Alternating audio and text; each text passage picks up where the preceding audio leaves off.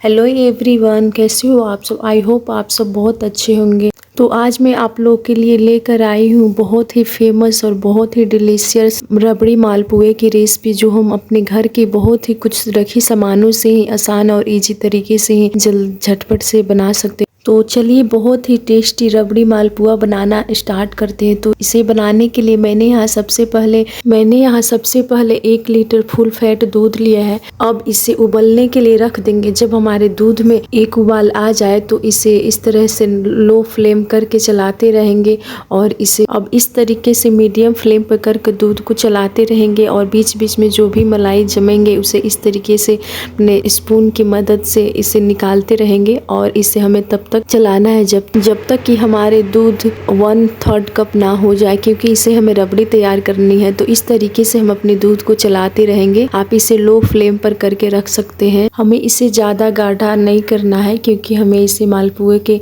Batter तैयार करने में भी यूज करना है। अब हमारा रबड़ी ऑलमोस्ट बन के तैयार हो गया है।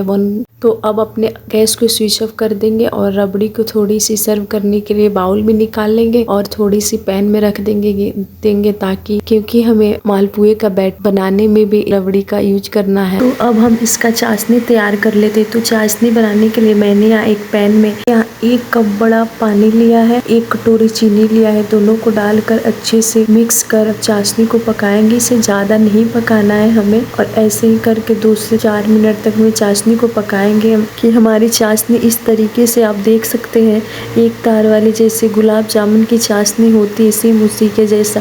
तो इसे ऐसे ही 2 से 4 मिनट तक अपनी चाशनी को पका लेंगे। अब यहाँ हमारी चाशनी भी तैयार हो गया, तो अपने गैस को स्विच ऑफ कर देंगे। हम मालपुए बनाने के लिए मैंने यहाँ मिक्सिंग के जार में 1 कटोरी मैदा लिया। आप चाहे तो यहाँ आटे का भी इस्तेमाल कर सकते हैं, और 1 से 2 चम्मच सूजी लिए हैं, और जितना मैंने मैदा लिया 1 कटोरी चीनी लिया है। उसके बाद से खड़े इलायची डाल दिया। इससे बहुत ही अच्छा फ्लेवर आता है मालपुए का। आप चाहे तो पाउडर डाल सकते। और इसके बाद से हम इसे ग्राइंड कर लेंगे, अच्छे से फाइन पाउडर तैयार कर लेंगे। मिक्सिंग जार में पीसने से फायदा ये होगा कि हमारे चीनी के दाने भी मोटे हैं और सूजी का दाना भी मोटा है, सूजी मोटे दाने वाले हैं।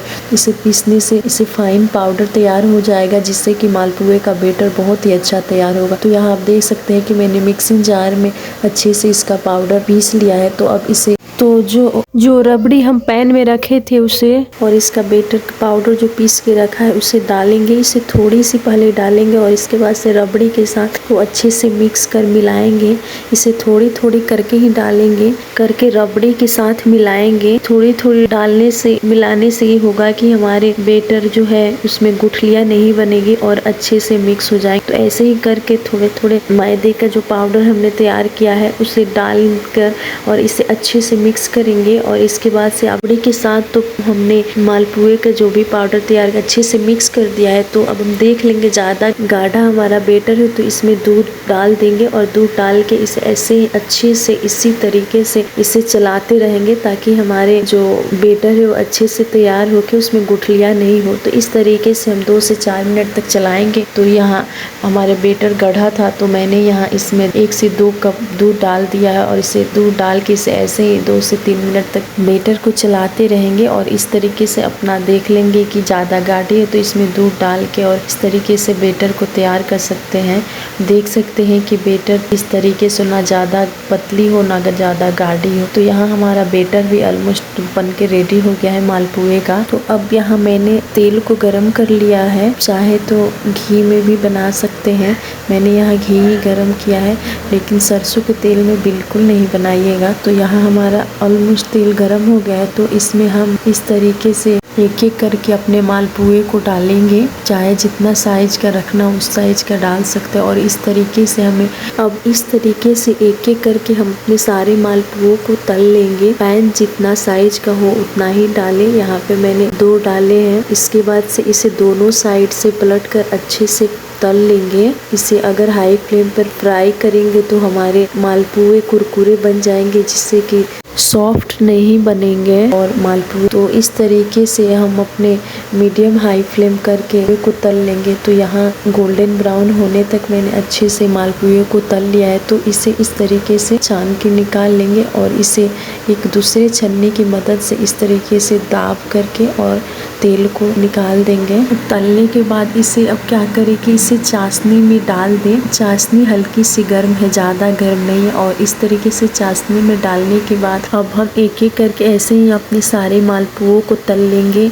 और इसे अब गार्निश करते हैं। तो यहाँ गार्निश करने के लिए इसके ऊपर से अब हम जो हमने रबड़ी सर्व करने के लिए रखी थे, अब इसके ऊपर से इस तरीके से रबड़ी को मालपुए के ऊपर गार्निश कर सर्व कर देंगे। इसके ऊपर से मैंने कुछ ड्राई फ्रूट भी डाल दिए हैं, अच्छे लगते हैं देखने में भी, खाने में भी। तो यहाँ हमारे रबड़ी वाले मालपुआ बन के बहुत ही टेस्टी और बहुत ही खाने में लाजवाब तो हैं ही, बन के तैयार है। आप चाहे तो इसे बिना रबड़ी के भी इस तरीके से खा सकते हैं। और इसे अगर फ्रीज में रखना हो तो इसे बिना रबड़ी उसके ऊपर डाले ही रखे, इस 5 से 7 दिनों तक इसे रख के आराम से खा सकते हैं। तो अब यहाँ हमारा बहुत ही डिलीशियस, बहुत ही टेस्टी हमारा रबड़ी वाला मालपुआ बन के तैयार है। तो और इसे बनाना भी बहुत ही आसान है। तो आप लोग भी इस तरीके से त्योहारों में या ऐसे भी जब भी रबड़ी वाले मालपुए या ऐसे वाले मालपुए बनाने का मन हो तो इस तरीके से जरूर ट्राई करें बनाना। बहुत ही इसे बनाना इजी है। तो अगर आज की रेसिपी को वीडियो ये पसंद आए तो आप हमारे चैनल को जरूर सब्सक्राइब करें और वीडियो को लाइक शेयर कमेंट जरूर करें। Thank you for watching.